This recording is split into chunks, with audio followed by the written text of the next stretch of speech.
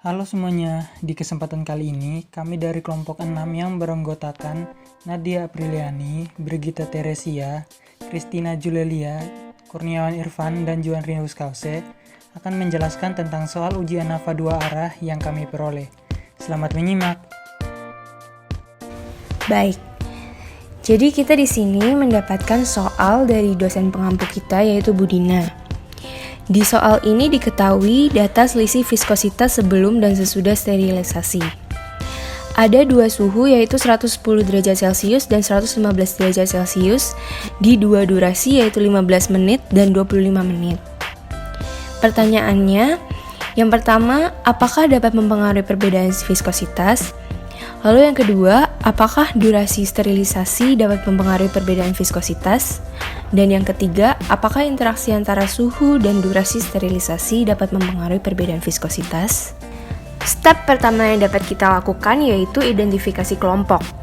Jadi dari data yang kita peroleh itu diasumsikan dengan abjad. Jadi di sini A1 itu adalah suhu 110 derajat Celcius, lalu A2 adalah suhu 115 derajat Celcius, B1 adalah durasi 15 menit, dan B2 adalah durasi 25 menit. Lalu kita melakukan analisis deskriptif. Stepnya yang pertama itu menentukan N. N ini adalah jumlah variasi data. Misalkan dari data A1B1 itu kan tadi ada 20, 10, 15, 10, 15. Nah itu kan berarti kita memiliki 5 data kan. Berarti ditulis aja N sama dengan 5. Begitu pula dengan A2B1, A1B2, dan A2B2. Lalu step yang kedua itu adalah mencari sigma X. Sigma X ini adalah jumlah dari kelima data yang kita miliki. Jadi tadi dari kelima data A1B1 itu semuanya dijumlah, lalu kita mendapatkan hasil dari sigma X A1B1. Lalu step yang selanjutnya itu adalah mencari min. Min ini bisa kita dapat dari sigma X per N. Nah, lalu step yang terakhir itu adalah mencari total. Total ini kita cari satu-satu. Jadi NB1 itu kita dapat dari jumlah N A1 ditambah A2 B1. Kita dapat 10. Lalu sigma X-nya kita jumlah juga. A1 B1 70 ditambah A2 B1 235, didapatkan 305. Begitu pula dengan NB2. Kita jumlah N dari A1B2 dan A2B2. Lalu sigma X-nya kita jumlah juga. Setelah itu, NA1 dan NA2 sama seperti step mencari NB1 dan NB2. Kita ikutin aja dan kita dapatkan hasilnya.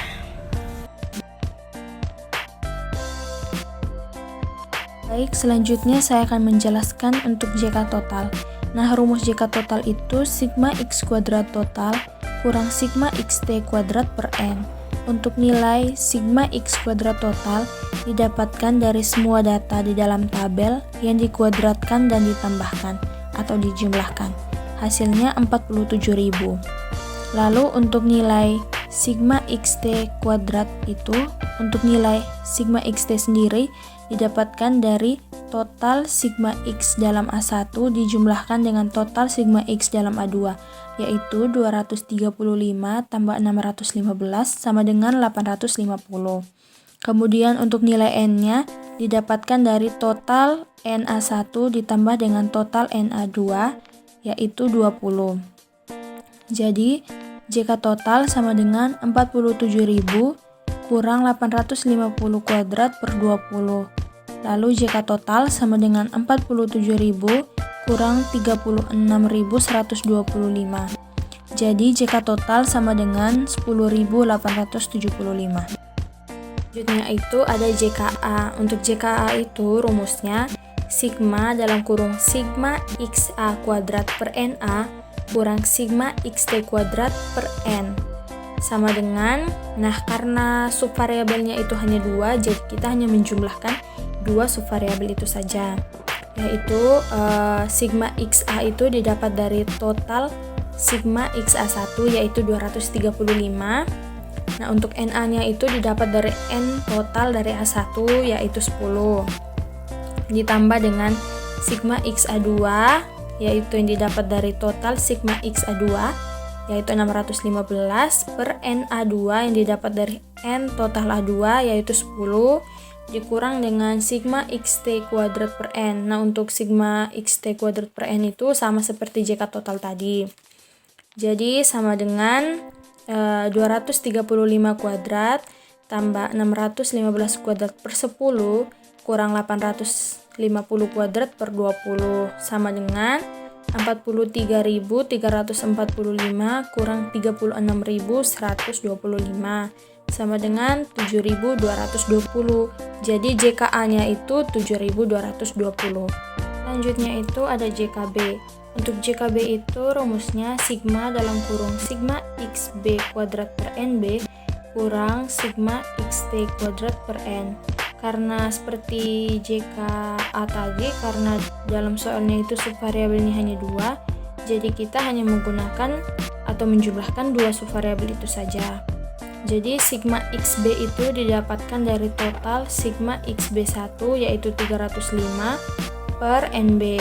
Nah, NB itu didapat dari N total B1 yaitu 10 ditambah dengan sigma XB2 yang didapat dari total sigma XB2 yaitu 545 per NB2 yang didapat dari N total B2 yaitu 10 dikurangi dengan sigma XT kuadrat per N. Nah, kalau ini itu sama seperti JK total sama JKA.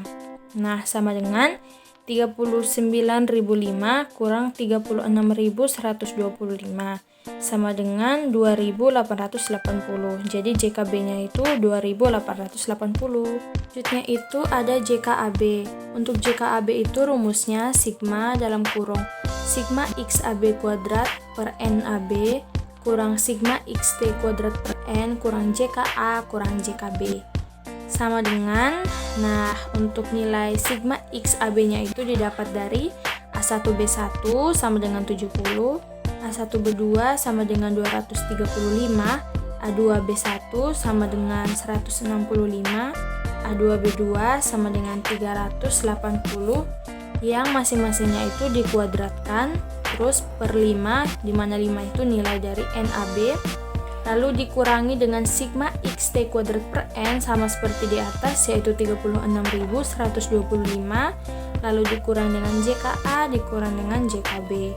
Nah, sama dengan 46.350 kurang 36.125 kurang 7.220 kurang 2.280.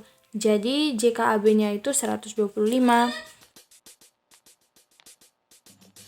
Nah, materi selanjutnya adalah bagaimana cara kita untuk mendapatkan JKD. Rumusnya adalah JKD sama dengan JKT kurang JKA kurang JKB kurang JKAB. Nah, karena JKT, JKA, JKB, dan JKAB sudah diketahui pada cara yang sebelumnya, tinggal kita masukkan ke dalam persamaan rumus tersebut. Jadi sama dengan 10.875 dikurang 7.220 dikurang 2.880 dikurangi 125.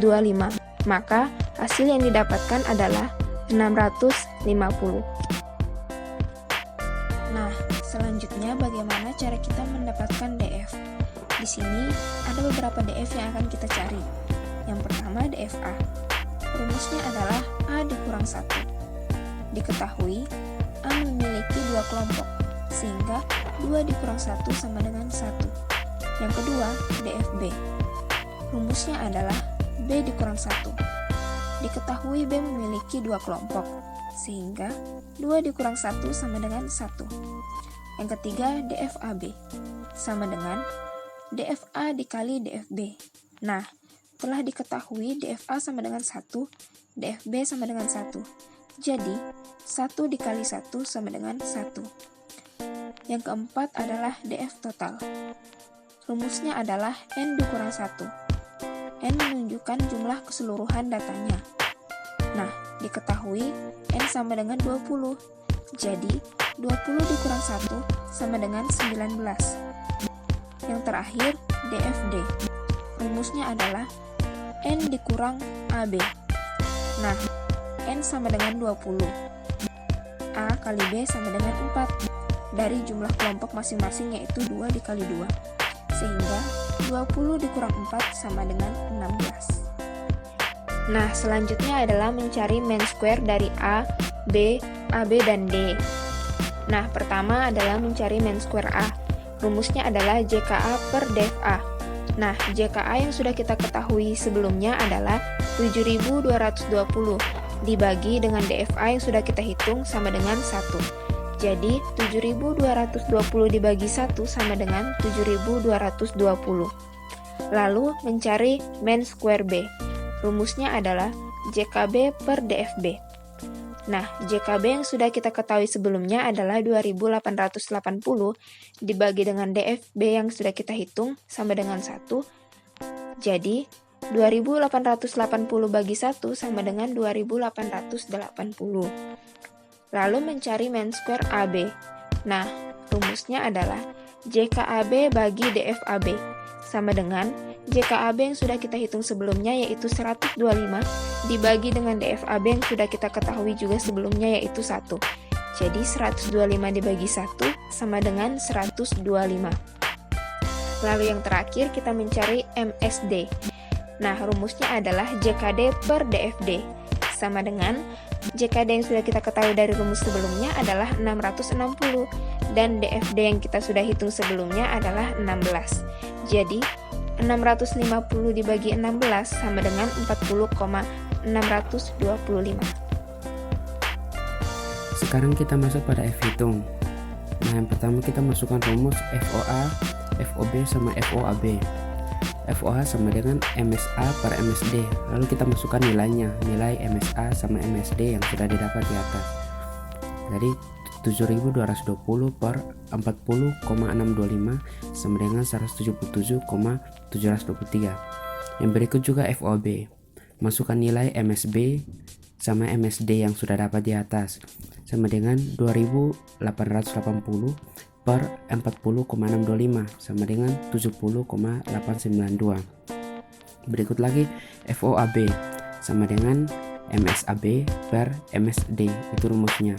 Terus masukkan nilainya 125 per 40,625 sama dengan 3,077. Kemudian F tabel. Nah, yang pertama kita masukkan rumus FA, FB sama FAB. Rumus FA sama dengan F alpha sama dengan 0,05, DFA, DFD. Jadi kita masukkan nilainya. F alpha sama dengan 0,05, nilai dari DFA 1, nilai dari DFD 16. Sama dengan kita lihat pada tabel titik persentase distribusi F untuk probabilitas 0,05. Jadi titik persentasenya 1,16 itu 4,49. Teman-teman bisa lihat pada tabel yang sudah ditandai. Yang berikut sebaliknya FB kita masukkan rumusnya 0,0 F alpha sama dengan 0,05, DFB, DFD sama dengan kita masukkan nilainya. Nah, di sini titik persentasenya juga sama. Kemudian FAB juga masukkan rumusnya F alpha sama dengan 0,05, DFAB, DFD sama dengan masukkan nilainya. Di sini titik presentasinya juga sama, 4,49.